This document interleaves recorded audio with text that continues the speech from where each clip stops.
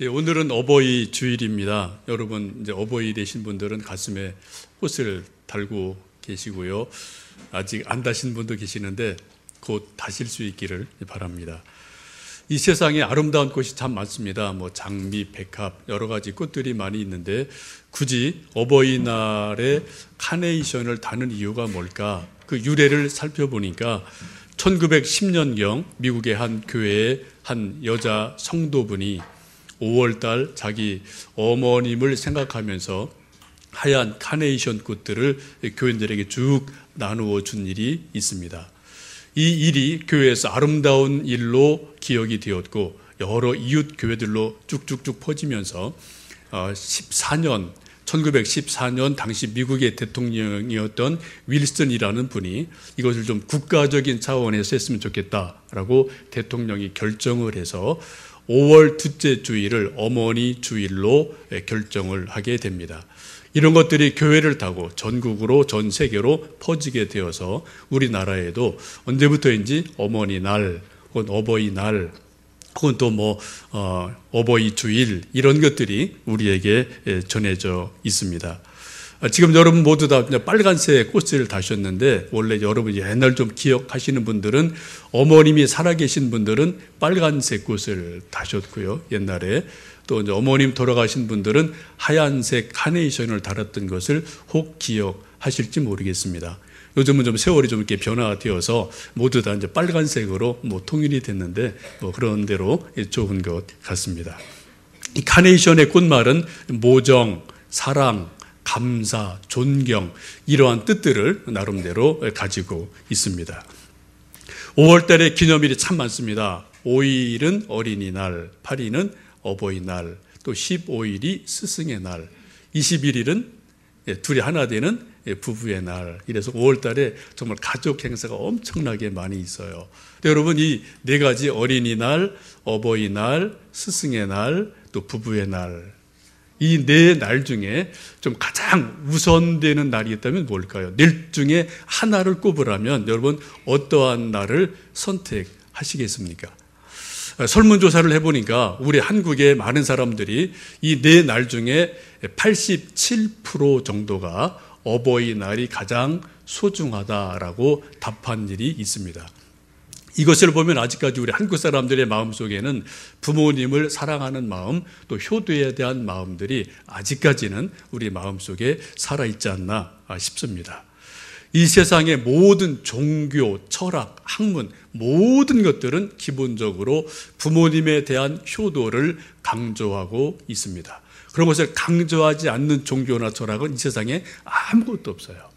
그런데도 불구하고 가장 부모님에 대한 효도를 강조하고 중요시 여기는 종교가 있다면 바로 기독교이고 성경에 그러한 말씀들이 아주 많이 있음을 우리가 볼 수가 있습니다. 출애굽기 20장 보시면은 10계명을 주시며 이렇게 말씀합니다. 내 부모를 공경하라. 그리하면 내 하나님 여호와가 내게 준 땅에서 내 생명이 길리라라고 말씀을 하십니다. 하나님께서 10계명을 주시면서 인간이 지켜야 될 6가지 계명을 주시는데 가장 먼저 되는 계명이 내 부모를 존경해라, 사랑해라, 효해라. 그리하면 내가 내게 준 땅에서 길 것이다, 복될 것이다 라고 말씀하는 것을 보게 됩니다. 곧 하나님께서 사람이 사람답게 되는 것의 가장 첫 번째 요건을 부모님에게 효도하는 것으로 보셨다는 거죠. 그리고 이것이 되면은 그 뒤에 쭉 따라오는 모든 것들은 자연스럽게 될 수 있다라고 하나님께서는 여기신 것을 볼 수가 있습니다. 레위기 20장에 보시면은 그때는 구약의 율법 시대이기 때문에 하나님에게 범죄한 사람들을 죽이는 일들이 종종 있었습니다.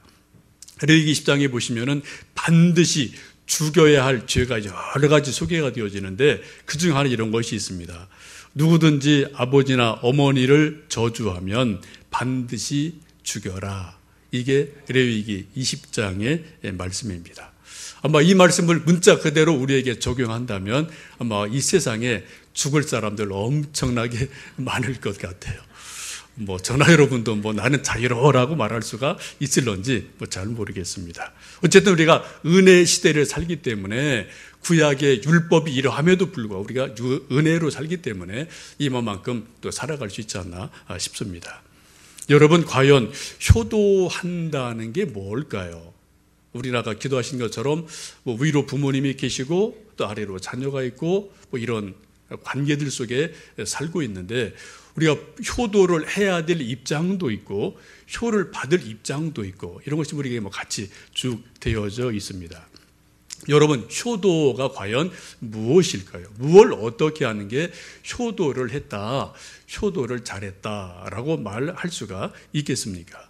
오늘 잠언 말씀을 보시면 효를 마음을 드리는 것으로 한마디로 말씀을 하고 있습니다.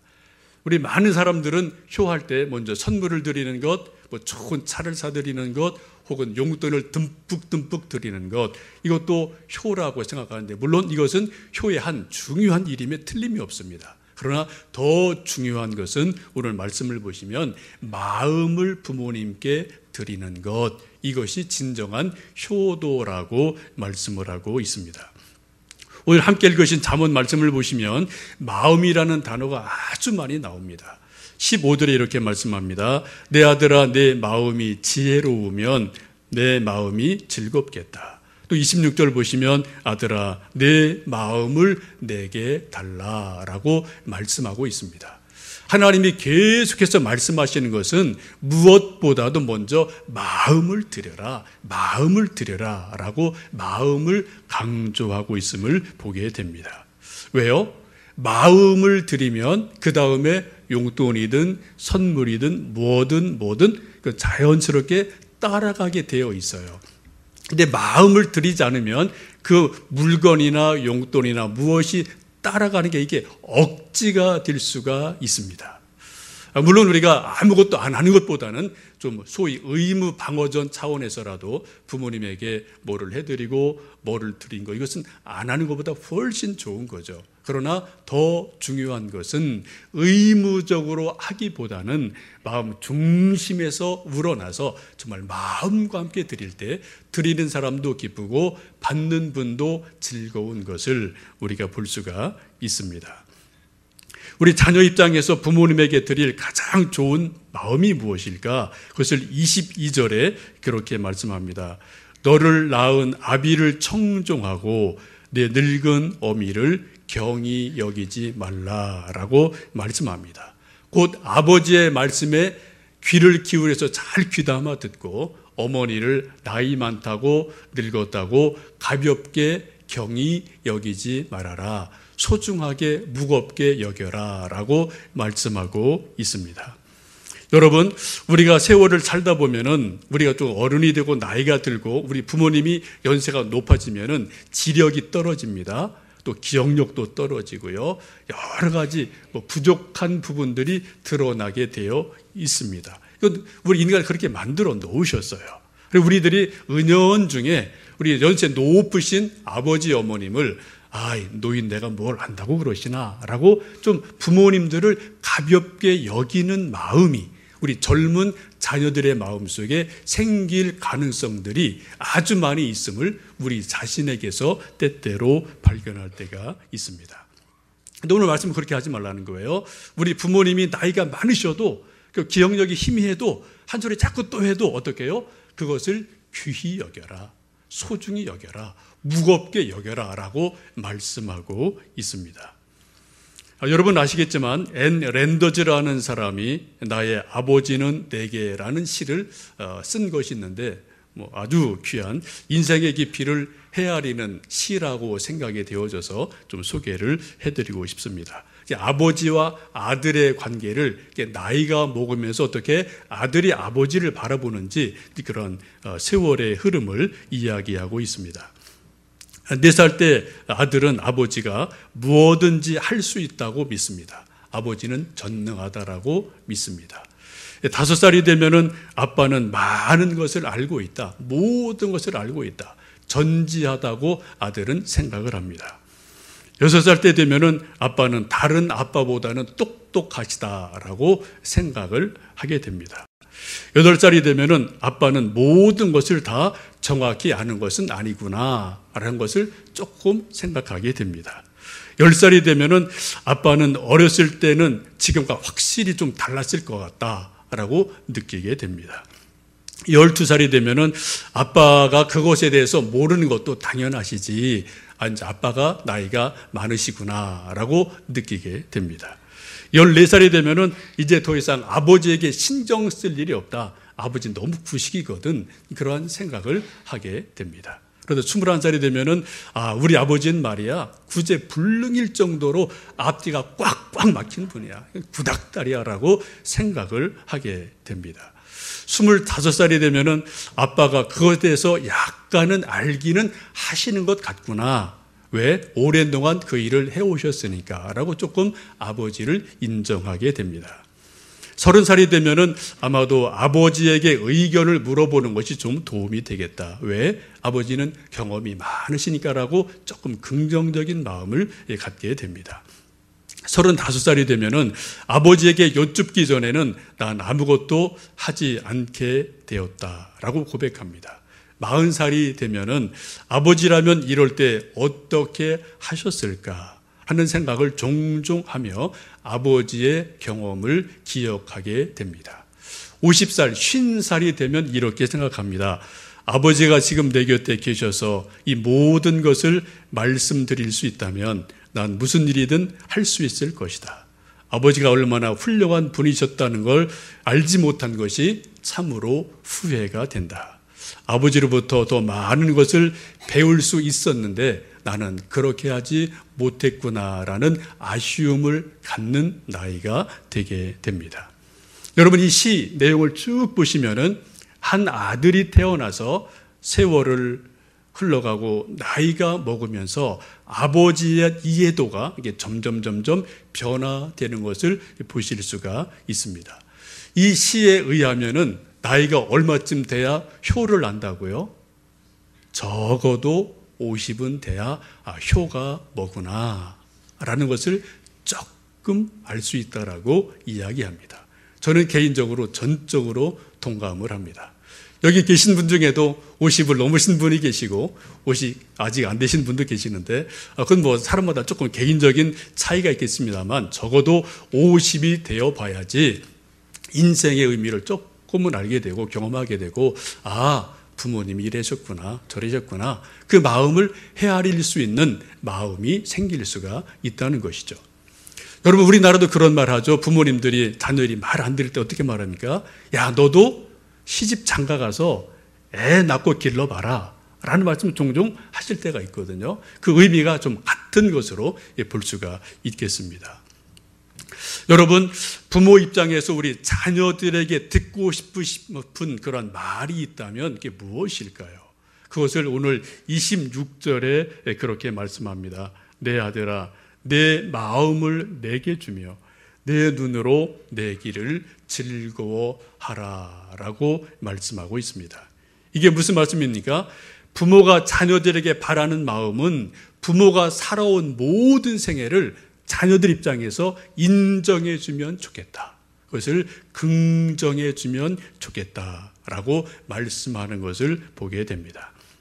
비록 우리 부모님들이 우리보다 공부를 많이 못하셨고 또 지식이 적고 여러 가지 부족함이 많고 때로는 완벽하지 않기 때문에 어떤 이런저런 실수를 할 때도 종종 있을 수가 있습니다. 그럼에도 불구하고 그렇게 살아오신 우리 부모님을 자녀들이 우리 부모님은 훌륭하시다라고 인정해 드리는 것이 그것이 바로 효도의 가장 기본이라고 성경은 말씀하고 있습니다. 좀 터프한 표현을 말씀드리면 우리 부모님들이 소위 뼈 빠지게 고생하셔서 우리 자녀들을 공부를 시키셨습니다.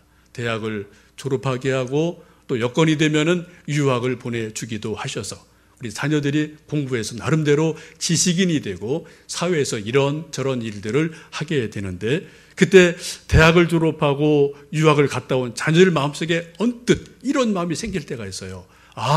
우리 아버지 어머니는 너무 앞뒤가 꽉꽉 막혀 계시구나.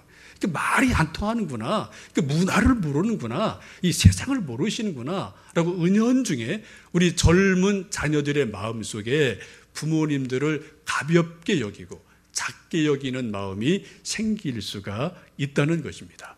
그렇게 하지 말라는 거예요. 오늘 말씀 보시면.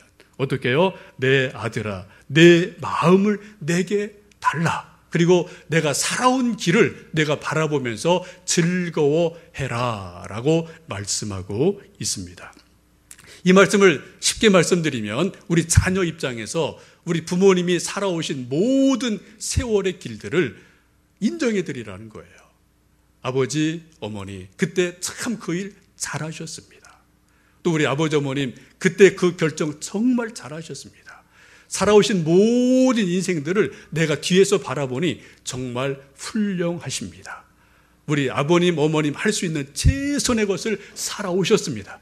내가 그것을 존경하고 내가 그것을 인정합니다라고 고백하고 마음 중심에서 그런 마음을 갖는 것이 그것이 바로 효도다라고 오늘 잠언서는 말씀을 하고 있습니다.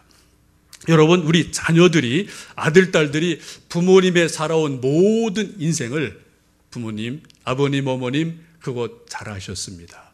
나도 그렇게 하고 싶습니다. 라고 인정해 드리는 것을 좀 신학적인 용어로 빌리면은 justification이라고 말씀할 수가 있습니다. 뭐예요? 정당화시켜 드리는 거예요.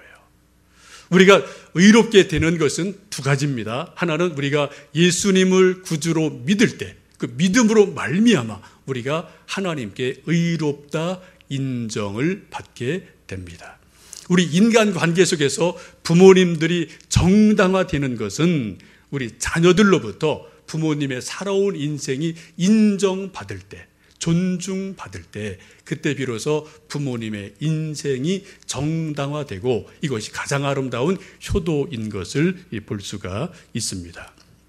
여러분, 반대로 우리가 세상에서 뭐가 되고 뭘 가졌는데 내가 낳은 아들, 딸이 아버지, 어머니를 생각하며 속에서 혹은 말로 아버지 왜 그렇게 사셨습니까? 그거밖에 못 하셨습니까? 왜 그렇게 엉터리로 사셨습니까? 라고 아들, 딸들이 말한다면 여러분, 세상에서 무엇이 됐든 간에 그 부모는 인생이 다 무너져 내리는 겁니다.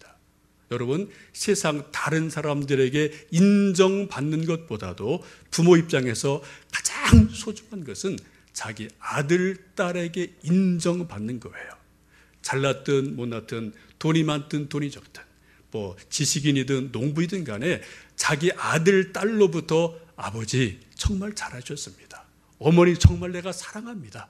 내가 당신의 살아온 그 걸음을 내가 인정합니다. 라고 인정해 드릴 때 진정한 효도가 그 속에 있음을 볼 수가 있습니다. 오늘 말씀하기를 내 아들아 내 마음을 내게 주며 내 눈으로 내 길을 즐거워해라 라고 말씀하고 있습니다. 여러분, 이렇게 부모를 인정하고 진심으로 존경할 수 있는 일이 어디서 어떻게 가능할까요? 17절 말씀을 함께 읽어보시겠습니다. 내 마음으로 죄인의 형통을 부러워하지 말고 항상 여호와를 경외하라. 그리하면 정령이 내 장래가 있겠고 내 소망이 끊어지지 아니하리라 라고 말씀하고 있습니다. 우리 자녀들이 부모님을 가볍게 여기는 것 혹은 조금 업수히 여기는 마음이 혹 있다면 이런 것들이 언제부터 시작이 될까요? 아까도 그 시에서 말한 것처럼 대략 아이들이 학교를 다닐 때, 학교를 하면 이게 뭐다 비교가 되거든요. 누구는 뭐 좋은 명품 신발을 신고 오고 또 명품 옷을 입고 오는데 나는 그냥 뭐 보통 옷을 입고 오면은 이게 비교가 되거든요. 아, 쟤네 아버지는 되게 훌륭한가 보다. 쟤네 어머니는 되게 유능한가 보다. 근데 우리 아버지 엄마는 이게 뭐야? 이런 것들이 비교 의식이 생겨나게 됩니다. 또 사회생활 하다 보면은 소위 빽이 있고 없고 이런 것들 때문에 우리 자녀들이 이런저런 비교 의식을 하면서 아, 저 친구 아버지는 참 대단하신데 우리 아버지는 이게 뭐야? 어떤 이런 생각을 언뜻 가질 때가 종종 있기도 합니다. 곧 비교 의식으로부터 부모님을 사랑하고 존경하는 것들이 흔들리는 것을 우리가 볼 수가 있습니다. 오늘 특별히 그렇게 말씀하죠. 악인의 형통을 부러워하지 말아라 라고 말씀하고 계세요. 물론 이 세상에 형통한 사람들이 다 악인은 절대로 아닙니다. 그러나 얼마간은 악인들이 형통하게 보이는 현상이 분명히 있어요. 겉은 아주 괜찮은데 뒤를 들어가 보면 어때요? 정말 악인의 모습으로 세상에서 형통해 보이는 사람들이 이 세상에 곳곳에 있음을 우리가 보게 됩니다. 우리 자녀들은 그 뒤를 못 보거든요. 보이는 현상만 보이거든요. 그래서 그것을 보고 저쪽 아버지는 대단하게 유능하구나, 대단하게 실력이 있구나, 힘이 있구나. 근데 우리 아버지는 그런 유능이 없구나, 무능하구나 라는 것을 느낄 때 자녀들이 비교를 하면서 악인의 형통을 보면서 자기 부모를 업수히 여기는 그러한 일들이 일어날 수 있음을 성경은 경고하고 있습니다. 그리고 어떻게 하라고요? 악인의 형통을 부러워하지 말고 오직 하나님에게 소망을 둬라. 하나님을 바라봐라 라고 말씀합니다. 그 기준이 뭐라고요? 악인의 형통이 아니라 하나님을 기준을 삼으면 부모님을 제대로 섬길 수 있다. 부모님을 정말 진심으로 사랑할 수 있다라고 말씀을 하고 있습니다. 하나님을 믿는 모든 믿음에서 우리 구원이 시작이 되고요. 효도 역시 마찬가지입니다. 하나님을 하나님으로 온전히 믿을 때 그때 비로소 우리가 하나님 아버지께서 우리에게 주신 아버지 어머니가 하나님의 선물인 것을, 하나님의 가장 존귀한 값진 선물인 것을 우리가 깨닫게 되고 마음 중심에서 부모님을 사랑하고 존경하며 그분들의 인생이 비록 흠이 있고 부족함이 있을지라도 그것을 인정해 드리는 놀라운 일들이 일어나게 되고 그 가운데서 진실한 효가 이루어지는 줄로 믿습니다.